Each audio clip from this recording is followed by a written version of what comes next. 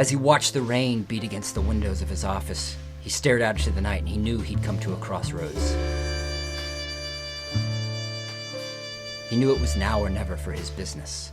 It had been in his family for generations, and now it was floundering with him at the helm. He had to do something. He had to reach more people. And there was only one way. Copy.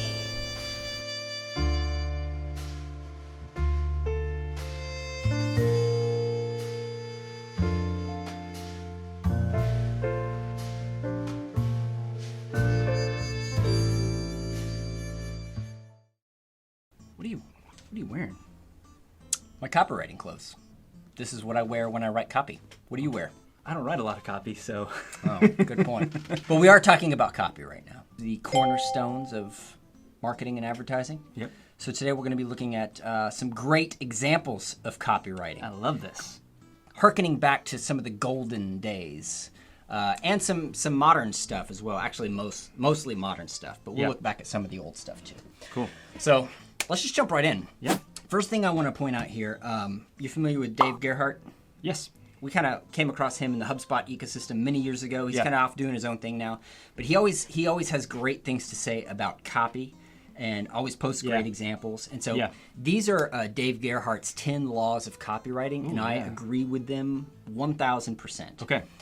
Just real quick, number 1, learn how people make decisions.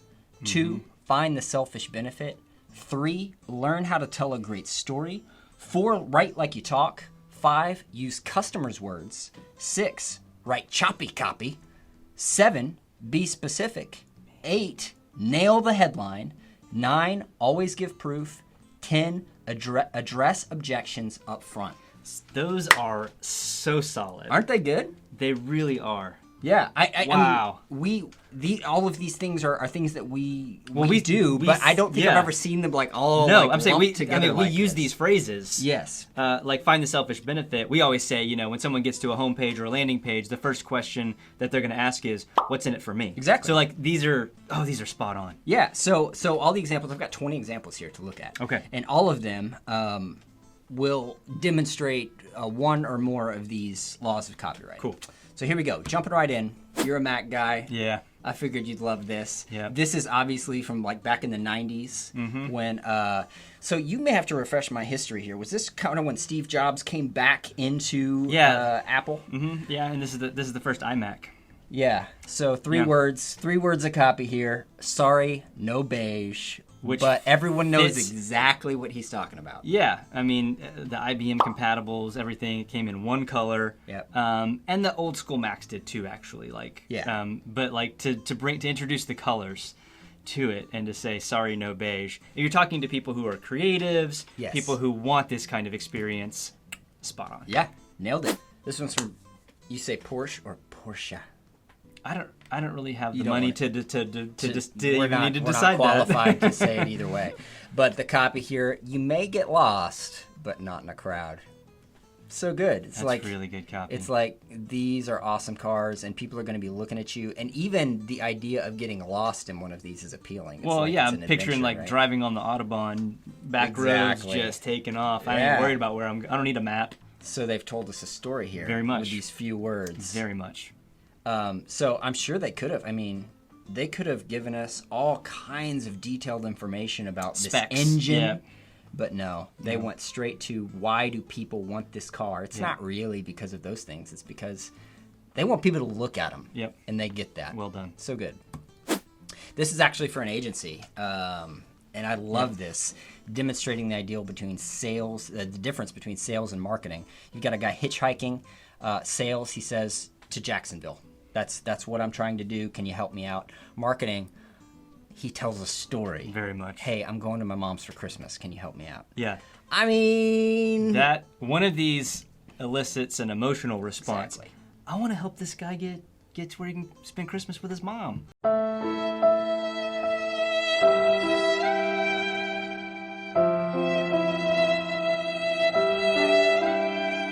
Well done. Yeah, Crispin and Porter advertising. Well done. Well done. Okay, this actually isn't an advertisement at all. This is like Department of Public Safety, who, you know, puts the electronic signs up there. Who hates speeding tickets? Raise your right foot. I mean, they don't have to do that. Yeah. DPS or whoever, they don't have to do that. But they said, you know what, let's catch some attention and let's use some marketing tactics to try to influence safety on our roads. And I love humor. Yeah. And I think they did a really good job with it. Yeah. I mean, yeah, you're right. They didn't even have to. No. They could have said, slow down or get a ticket. Yeah. Yeah, I love it. Why is dentistry important? Because even though he's missing an eyebrow, the first thing you notice is his smile. This just killed it because I was like, wait, he's missing an eyebrow? Yes. Sure enough. Isn't that good? That's really good. So this isn't all copy. Obviously, they had to do some photo and design work here, but the concept is great. It's gold. Yeah, it's very attention grabbing, isn't it? Okay, this is actually a picture that I took on our roads in our neighborhood. Yep. We've talked about this before, but it's only recently that we've had any decent internet service options around here, around these parts. Mm-hmm. And this company, Tachus, when they came in, I mean, imagine if your internet worked. And we all went, oh, yes. This hits, I mean, there's a pain point. Mm-hmm. And they just kind of twisted the knife in just a little bit, but also gave hope. Yeah. Of like, oh, yes. I don't have to put up with that anymore. Yeah. Yeah. So good. Yeah, Tachus is great. Great company. Great marketing. Oh. This is for the Seinfeld fans up there who immortalized J. Peterman. My friends, a toast. As the woolly-haired Melanesians of Papua New Guinea once said,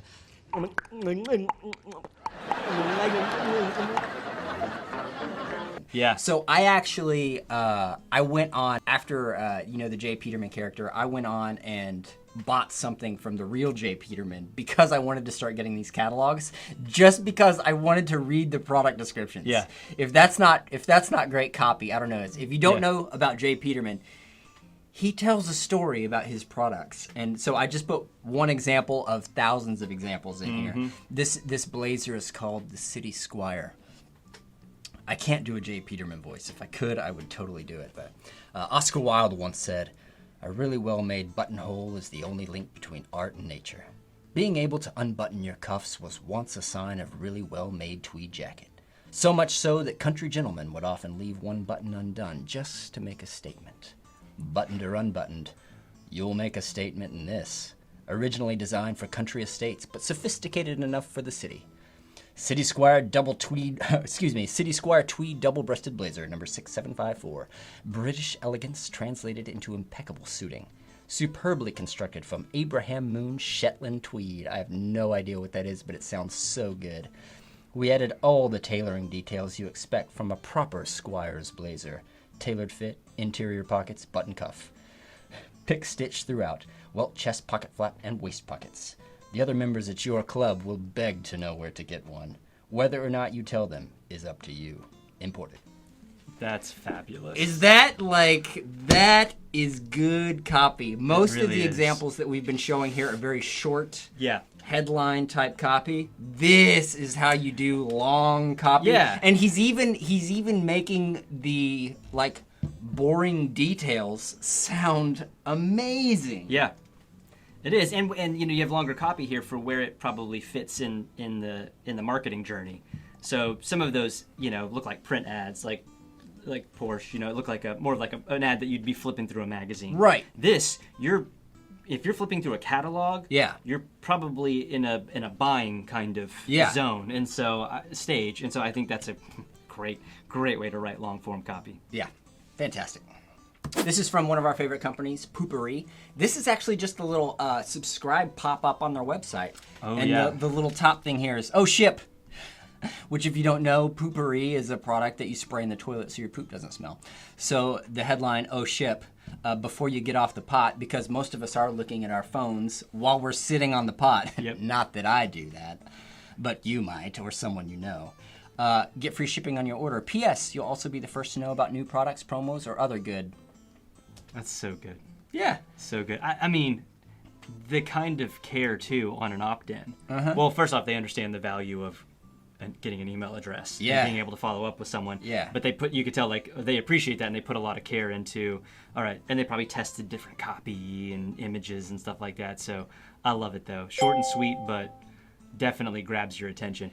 Which you need to on a pop-up. Yes. You only have a moment before someone's going to look for the exit, like the X, close out of this. So yeah, and they have this very well-known character from their ads that they put right there on the pop-up. So, even when you see this lady, or at least we know exactly who she's representing here.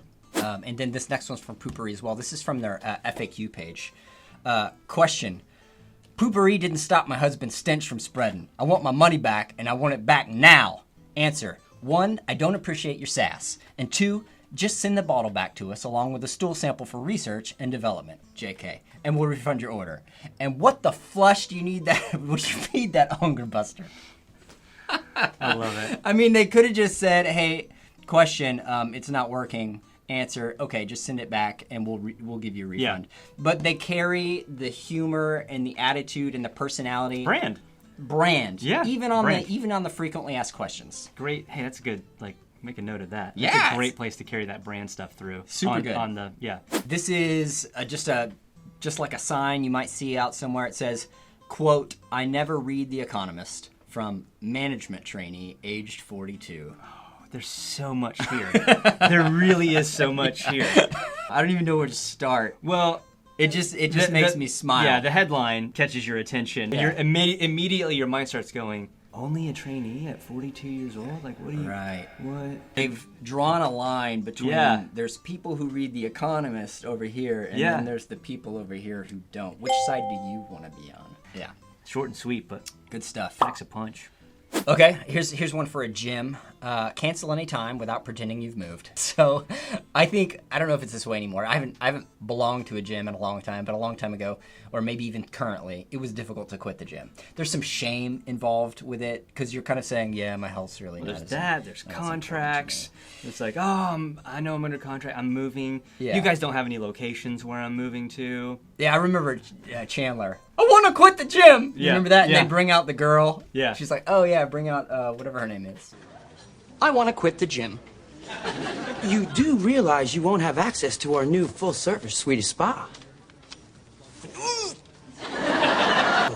Are you a member of any gym? No, and I'm not going to be, so you can save your little speech. Okay, no problem. Could you come here for a second?